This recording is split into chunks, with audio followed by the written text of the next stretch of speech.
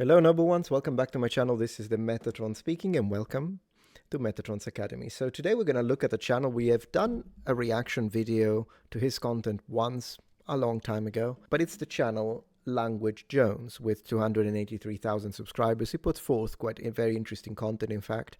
I've watched a lot of his videos personally, and I don't always agree with his positions, but I do respect his linguistic knowledge. Because of that, we've got this video here called How to Really Learn a Language in 2026. And the way I understand it, it makes one of these every year. So I'm interested to see if we agree with the techniques, if there are similar points of strategic value, if you will. And I would like to share my opinions to see what kind of advice he has. So without further ado, let's check it out. If you ever sat staring at a vocabulary list wondering why none of it sticks, you are not alone. I've been there too, and in this video, I'll show you the method that turned the struggle into actual progress. As an aside, I actually still remember trying to memorize a vocabulary list for high school French to this day. I don't remember the list, but I remember trying to remember. This is my third year making a video like this, and every year there's a lot more to pack into it. In the last year, I got myself comfortable enough in Italian to manage 2 weeks in Italy with... Oh, that's awesome. As a native Italian speaker, I'd love to listen to your Italian. So do, Language Jones, if you do have content where you speak Italian, I'd like to review it. That would be lovely. Maybe I can give you some pointers. Or maybe you're like native, like fluent. Well, I don't think so, because you said you only studied it a little bit, but very cool. You're in Pisa. To pack into it. In the last year, I got myself comfortable enough in Italian to manage 2 weeks in Italy with only 2 months to prepare, and I finally stopped wasting time on apps and learned enough modern Hebrew to navigate 2 weeks in Jerusalem. Wow. But why listen to me? Well, here's a few reasons in no particular order. For starters, I hold a PhD in linguistics. Of course, so do a lot of linguists who can't order a coffee in the language that they've written 2 papers a year on for the last 20 years. That is so true. See, that's why I appreciate that. That is so true. Just having a PhD in linguistics, it just means you understand the mechanics of the language at an extremely deep level. In general, how language works, including your own, like the organs involved and all that. And oftentimes, of course, the history of the language and all that, but it doesn't mean that you speak it or that you are proficient. He probably is, right? Because he's making a video on how to learn languages, so I imagine he is proficient at a few. But yeah, that's actually a very good way to underline it. Just because you have a PhD in linguistics doesn't mean that you actually speak any foreign language to any reasonable level. But I also actually speak, there you go, understand, and read multiple languages at varying levels. Fantastic. I won't bullshit you. And I'm not afraid to show the learning process honestly, including making embarrassing mistakes in like every video. Because I've been studying languages and linguistics for the better part of 4 decades, I've failed too. I know how demoralizing it can be. I've probably failed in ways that you haven't even thought of trying yet. And what I present here is not just my personal experience, some anecdotes, and an approach that works great if you have a free 8 or so hours a day for a few months. Instead, it's an evidence-based scientific approach without bogging you down in all the dumb arguments in the SLA literature. Second language acquisition. Like what order a classroom teacher should introduce pronouns in or whatever. For the almost half a milli who watched my 2024 video, here's a preview of what's new and different in this one. It includes new approaches to encoding and memorization that I either haven't discussed yet or my stats show not a lot of you watched. I've got some new technological hacks and tricks. I've worked out a new approach to textbooks, tried it out, and seen tremendous success. And I think I've finally cracked the code on what works in terms of how to incorporate language exchanges. I also just have better editing. If you're totally new to the channel, I'm Dr. Taylor Jones. I've got a PhD in linguistics from the University of Pennsylvania. And on the channel here, I discuss everything related to language, linguistics, language learning, and culture. If you're into those topics, be sure to subscribe and ring the bell for notifications. I'll, of course, put a link to his channel to subscribe to him and this video specifically in the description and as a pinned comment. This is Language Jones. All right, let's see. I won't react to the entire video, by the way. So if you've been watching this channel, you know I'm all about how language relates to thought, culture, and identity. But here's the thing.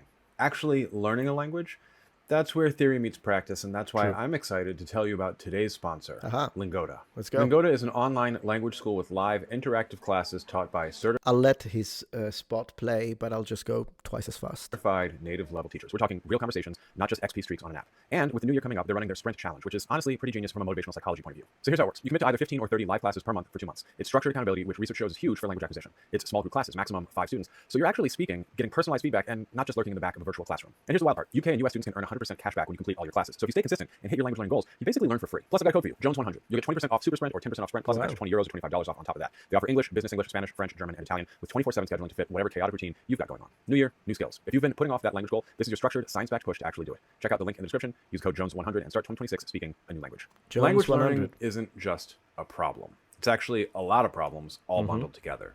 First, languages are just a lot. You've got different sounds to learn to both hear and make with your face meet in different combinations than you're used to. On top of that, you have to learn a ton of morphemes, that's the building blocks of words, and lexemes, that's words. You're going to have to learn different grammar. In the most common scenarios, that's different conjugations, possibly for different conceptual ways of organizing things like time and how events unfold in time. And that happens a lot when you tackle Asian languages, for example, from a Western perspective. You have to learn to switch things around and think in a way that it's not natural to us, and it won't be for the first couple of years of learning unless you're like extremely talented and well organized in your study routine. Speaker's stance towards those events and all that stuff. That's also case marking or lack thereof, totally different sentence structures. Not to mention using the conceptually same thing differently. Like how when you use the in English doesn't line up neatly with when you use le in French. Or la, illo, la, igli, le in Italian. Not only that, but nobody teaches us to memorize effectively. Follow Benjamin Keep on YouTube if you want more on that. He's fantastic. But aside from him, teachers just act like everybody knows how to memorize. That and is so true. Beneath them to teach you how, when in reality, almost nobody actually knows how to learn and memorize things. You know, I don't actually think I agree with him. I don't think that a lot of teachers actually believe it's beneath them to teach you how to memorize. I honestly think they don't know either. I gotta be honest with you. Particularly in language learning, I have seen a lot of teachers in language learning that don't speak the language. They're like intermediate at best, yet they have a university teaching position. This happens a lot in Italy. I don't know how it works in America. I imagine it's more meritocratic than us back home in Italy. But I've seen that happen. So if a lot of teachers, if they need to teach you how to reach fluency in a language, but they haven't reached it themselves, it's a recipe for disaster. But yeah, it does happen in other scenarios. Like for instance, history, they just tell you, you need to learn these dates, but they don't teach you how. It is so true. At least not effectively. And if all that wasn't enough, for most of us, our goals are somewhere between 1, recognize written language and understand it quickly. 2, recognize spoken language spoken at a normal speed. 2 is more common for the majority of people who say you want to learn a language. Yes, of course, you have some people that are like, no, I'm interested in literature, and I don't care about speaking the language, and I want to become a translator, like written, fine. But the majority of people that decide, hey, you know what, I'd love to learn Portuguese, they mean they want to speak it and understand when someone speaks back. And understand it online. And 3, have immediate correct recall of the appropriate morphemes, lexemes, and grammatical structures to express our thoughts approximately as quickly as we do in our primary language, and in a way recognized as correct, not just understandable, by speakers of our target language. So speak naturally. You put it that way, that's a lot. And that's before you even get into things like what kinds of topics you're interested in, ideal use situations for your language, or social factors like who you'll be using it with, their norms, discourse strategies, and so on. On top of that, a bewildering range of options exists. Duolingo, AI, apps, tutors, teachers, classes, textbooks, self-study, just watching Friends dubbed into your target language over and over again. That one actually seems to work for people for some reason. So what's the solution? Break it into different domains, solve each of the individual problems, and then execute a plan. And guess what? I did the break down the problem and solve it part for you.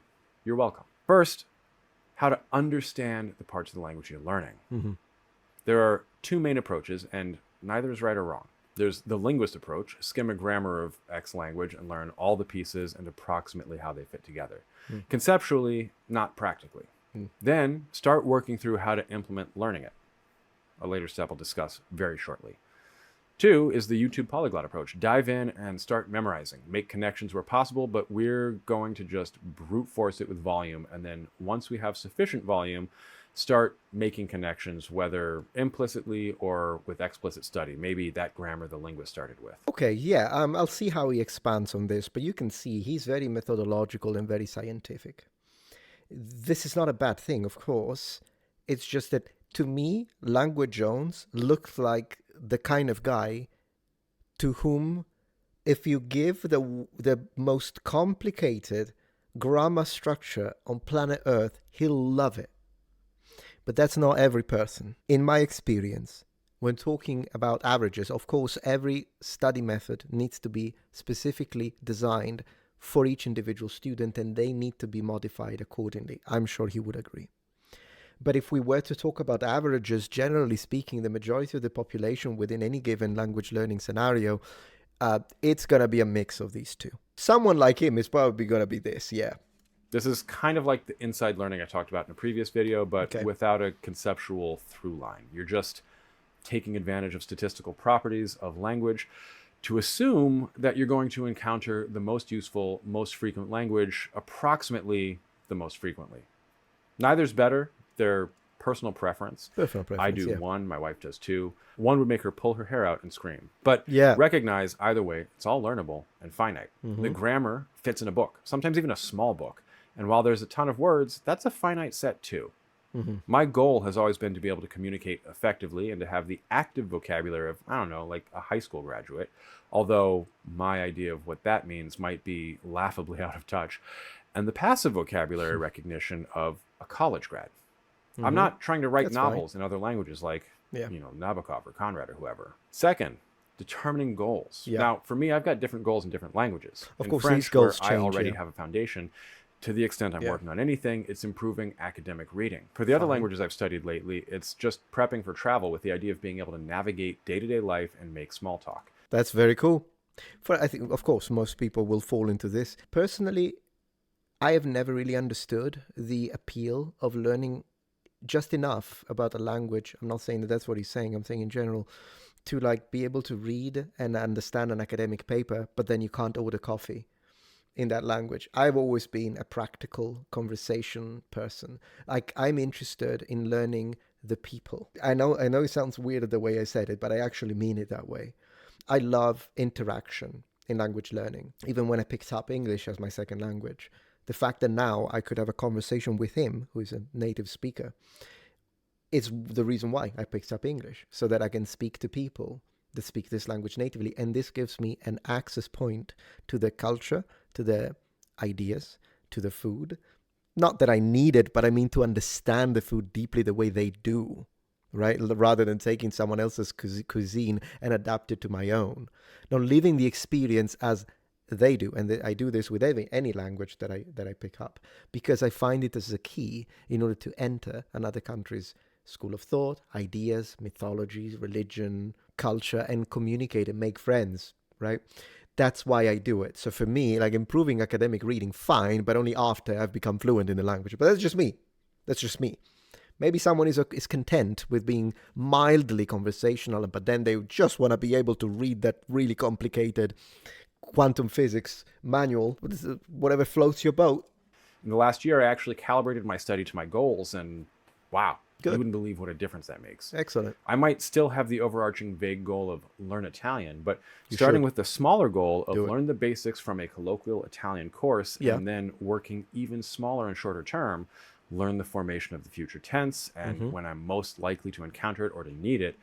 I'll answer that as an Italian speaker. Never. Like, I mean it. I know we Italians, of course, have, let me tell you this. So we do have a future tense, absolutely. I can say io mangio, or we can just remove the io because it's understood. Mangio una pizza, mangio la pizza, mangio la pasta, whatever. Or you could say domani, tomorrow, mangerò un piatto di pasta. Yeah, the sentence is correct. Nobody says it that way. Literally, the 90%, more than that, 95% of the population never uses the freaking future tense. So everyone just says, domani mangio un piatto di pasta con mia madre, whatever the heck. Now, is it wrong to use future tense? No, absolutely, use it, totally. But do understand the majority of the population is so lazy that we don't use it. Now, there are scenarios in which I use it. For instance, if I'm teaching, I use it. If I'm giving a public speech, I will use it because it sounds more correct to speak like that. But if I'm speaking to my cousin, I can go a year without ever conjugating a verb into the future tense. So just you know that. So I would give priority personally. And I love it, by the way. I think it sounds really nice. Andrò instead of vado. Domani vado a Roma is how most Italians say it. To say tomorrow I'll go to Rome or I'm going to Rome. But yeah, future tense would be domani andrò a Roma. Once again, yeah, you'll find the occasional Italian that uses it because they really like it, but the majority of Italians just conjugate it in present tense out of laziness. You'll find it in written form, so if you want to read a story and you want to familiarize it so you can recognize it, of course all Italians can understand it perfectly, but do we actually use it? Not that much. Learn it. Just don't prioritize it. It's my suggestion. Just don't prioritize it. Works wonders. That leads me to third, determine which methods will work towards your goals. Okay. I use the Routledge Colloquial for travel and basics. For Italian, I'm moving on to extensive Dialetti d'Italia. Wow. Toscana, Veneto. So you're going into the actual regional languages, are you? Fiction reading in my field of interest, linguistics, duh. And novels. For Hebrew, I'm moving on to memorizing the contents of a children's encyclopedia because all of that language is useful and the kind of thing basically every native speaker over the age of 8 knows. Yeah, if memorizing an encyclopedia sounds insane to you, don't worry. You'll see how and why it's not in a few moments. Okay. Really not that bad. Your goals can and should be revisited every 3 to 6 months, and you should actually evaluate your progress. This is crucial. Yeah, I spent so long, probably a decade, trying to learn languages without any sense of how to evaluate whether I was making effective progress. It was just an activity that I did kind of aimlessly. And sometimes I learned stuff and could use it. And sometimes I found I really wished I knew how to say something that I didn't realize I needed to know how to say. Because I had no idea what I knew and didn't know until it was actually in a live fire situation. Makes sense. Don't be like me. Fourth is the real meat of this, memorization. There is so much to be said about memorization, and I could just keep making videos about different aspects of this every week until I die, and still probably only scratch the surface. I've learned a lot from people on YouTube like Benjamin Keep and Justin Sung and a handful of others, but here are the main takeaways for language learning specifically. First, nothing beats smart encoding. Encoding is how you actually go about trying to create a memory you can, well, remember later. Smart encoding is multimodal. That means it's not just a written word in your target language. Ideally, you spend time with the word or concept you're trying to... Yeah, you have to create memories. I'm sure that that's what he's going to go with. It's one of the aspects of it. But in general, for me, it is so much... It's just objectively so much easier. If you give me a list with words on a paper, I will never remember them. I'll remember them in the moment, but then when I actually need it, I will not remember how the heck did you say to drive a car in Chinese while I'm driving a car and I'm answering a call and I want to say, hey, I'm driving. Like, how do you say? At that point, it didn't help to just have the piece of paper and read it because it will always be the same memory. And so there's no way to make it stand out in your brain when you need to recollect it when you actually need it. Instead, imagine if, for instance, in order to remember, so I see it, how to say it, and then, so I look it up, but then I either go and tell someone else, that's something that helps me. Like when I go and tell someone, by the way, did you know that that's how you say it? It's an experience because now when I need to recollect that, I'm like, oh yeah, it's the sentence that I told Mike about, or the word that I told whoever it was about. So that helps. Then sometimes what helps is to once again create a memory that it's fun. That's what I do. So for instance, I'll connect it to a game or I'll connect it to something that I enjoy doing. And that way, once again, I'm using the experience that sets it aside and connect it. That's why living in another country, by the way, which is what I did when I picked up English, lived in the UK, picked up Japanese, lived in Japan, and so on and so forth. Now I live in the United States. Living in another country helps not only because you are literally immersed in the language if you play your cards right, but also because you create so many memories. Like, for instance, you're waiting at the bus stop and you don't know how to say bus stop, so you ask the person, sorry, how do you say this? And they tell you, oh, bus stop. Okay, great. That's a memory. You'll remember it because you will not remember you sitting down staring at a list, but simply because that was an experience. You remember the person, you remember it was cold, you remember all of the other surrounding details that make the expression stand out in your mind. It should be something small and digestible, a word or a short phrase, not necessarily a full sentence. Yeah, that's fine. It should be multimodal. That means audio. Native speaker audio is best. Self-recorded is second best. Spoken out loud when you see your prompt. Totally. We'll get to prompts in a moment. Excellent. Third best. Audiated in your head is fourth best, and no audio is bad, and you should feel bad. It should also be visual. That means, yes, the written word, but also a vivid image. Gabriel Weiner of Fluent Forever fame is spot on here. Things that tap into your amygdala and give it a punch really help. That's sex, violence, cuteness, humor, strong emotions. I've also been drawing on a lot of different strands in the academic literature on neurolinguistics and on language learning, and I found that a partially phonetic priming mnemonic image supercharges memorization. This means some kind of mnemonic that has a sound overlap with the target word. For instance, you could have the Ninja Turtles saying rad as the mnemonic for remembering the Hebrew word for an office. Misra. Yeah. It's actually better, though, if it primes the onset of the word. So something like mice in the office, mis is a joking plural for them, who are making a shaka because they're so rad, is stupidly effective. Literally, it feels stupid, but it's incredibly effective. True. Don't be embarrassed like I was to make dumb mnemonics. That's a good sense. It's a good way. I use this a lot when I was picking up Japanese, and I had to remember the word to cross the street, which is wataru. You can also use it to cross a river, for instance, but obviously the former is more useful than the latter, at least with my lifestyle. Because it's wataru, and a lot of verbs end with ru, the only component that I needed to remember was the stem, wata. And so I just thought of Bruce Lee crossing the street with a flying kick, saying, wata! And then added ru. I never forgot it, and I will never. I'm not even capable of forgetting it. And statistically, neither are you now. It's not betraying an intellectual weakness, it's taking advantage of neuroscience. And not only should all of this be as vivid as possible, you should try to take a moment to connect it to other things. As an example, I may want to reflect on how misrad has that sound at the beginning that a suspicious number of derived place terms do. Mitbach, mikdash, miklachat. It's also the same root as the word to survive and as ruins. So thinking of a dusty, mummified Babylonian scribe in an office in the ruins of a ziggurat with those mis saying rad is really going to solidify misrad for me. Yeah. And that's before I actually build in any repetition or review. It's just a much more vivid and solid way of making lots of neural connections. Ziggurat, man, I freaking love it architecturally. I have a video dedicated to that if you're interested. Make enough neural connections that your brain can't prune them all. It's like a DDoS attack on your forgetting software. Can you tell I'm not a hacker? Ideally, you want to imagine scenarios where the thing you're learning will be used rather than just memorizing a list of words. Should smoke be coming out of the engine block? Or, I hate the sound of the turn signal would have really helped me memorize that word list of car parts in high school French. Now that I think of it, why were they having us memorize all the parts of a car? True. What's up with that? If that sounds like a lot of effort, well, that's because it is. By design. I made a whole video about this, but encoding should have a level of what the neuroscientists call desirable difficulty. It's just hard enough to be worthwhile. Don't make it too hard. You won't do it. You got to find your sweet spot. But honestly, if you're following the steps I outlined above, I don't know about you, but I find it actually kind of fun. I also get a laugh when I forget my mnemonics for something and it's genuinely surprising or hilarious. I was reviewing vocabulary just before sleep a while back, and my wife kicked me out of the bedroom for waking her up by laughing when I saw this card. Now, all this encoding, I'm doing it with a spaced repetition software. I use Anki. You can use whatever floats your boat.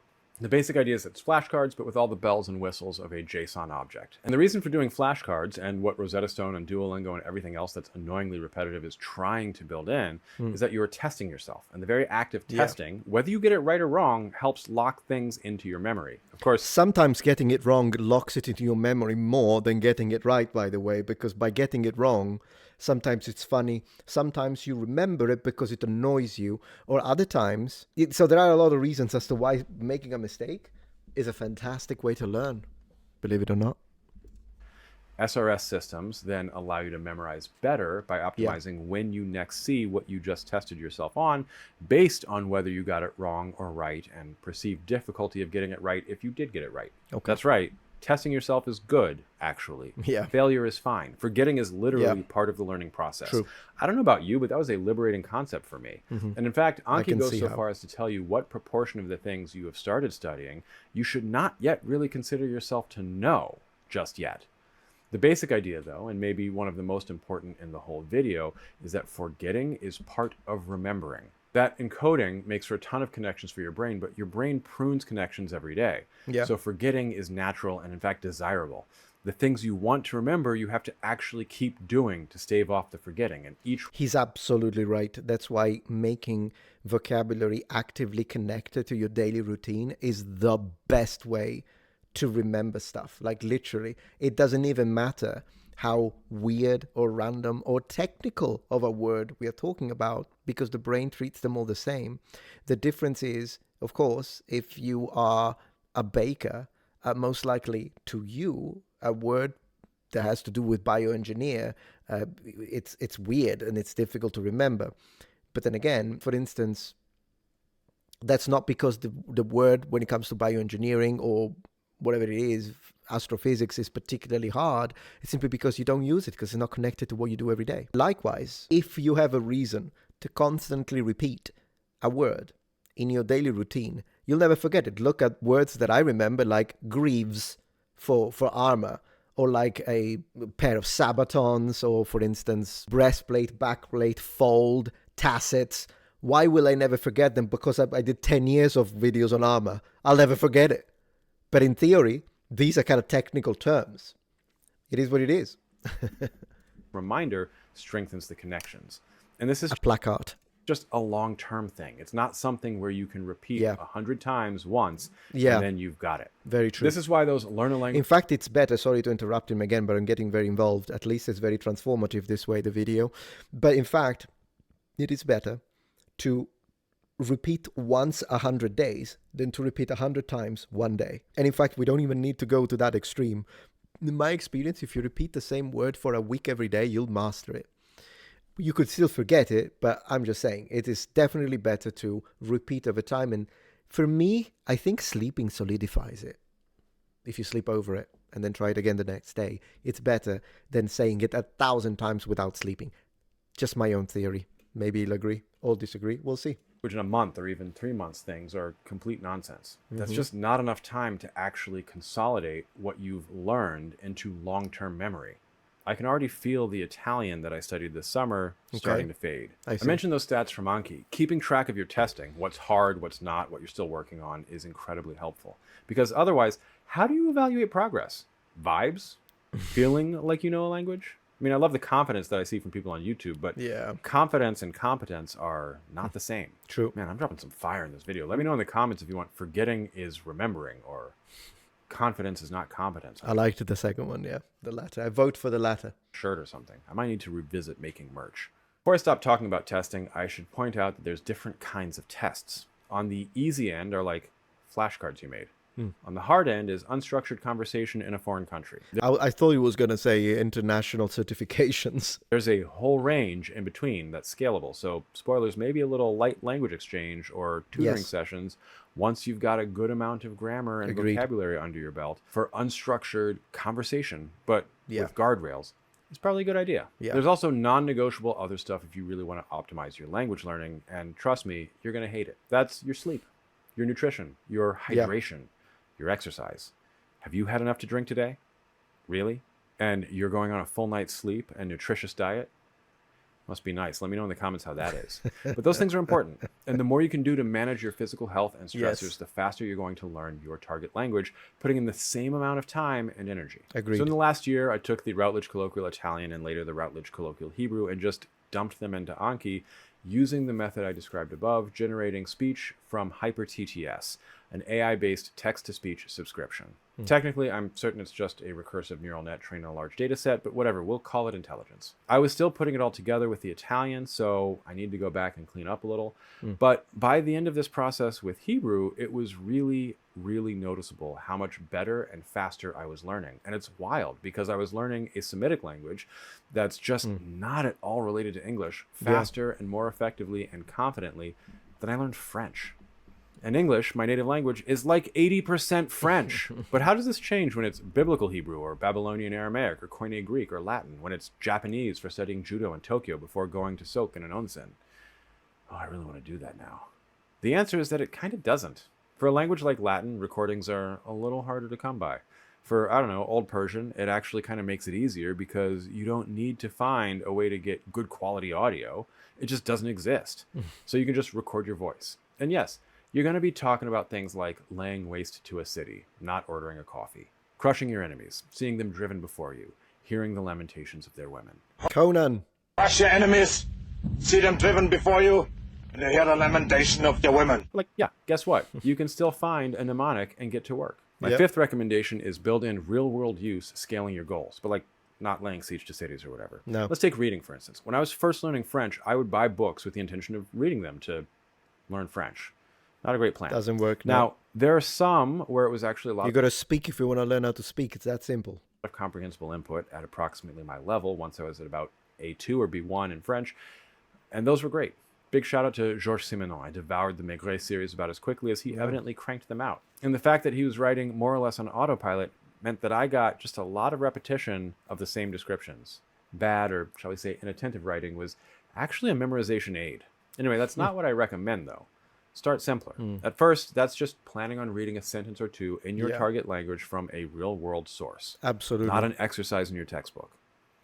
Later, you can scale up to a paragraph, then an article or chapter, then a book. Don't start. You know, it does help. I remember like watching this, I think it was a TikTok or a reel, whatever the heck it was. And I remember this Chinese guy when I was working on my Mandarin. And I remember the guy went and said, 对不起,我听不懂,我听不懂,对不起. And he said it fast. For some reasons that made it stick because I slowed him down. I read it and it was, sorry, 对不起,我听不懂.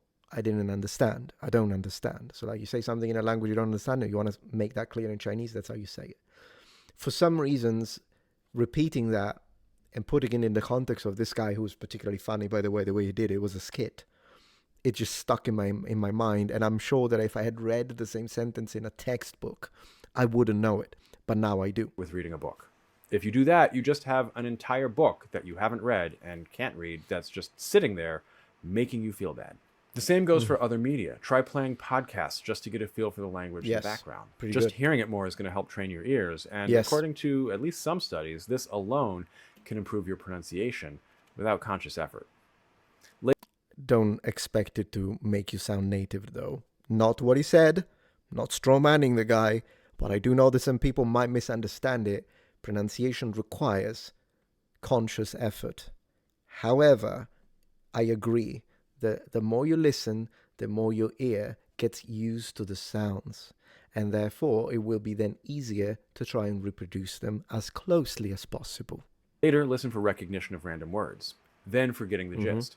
Then for every word. Yes. When you're somewhat comfortable with this stuff, that's where conversations on italki or something similar come into play. Yeah. With structure, role play, play language games, then scale to less structured Play video games. Conversations. For output, but a little slower with time to think, journaling is great.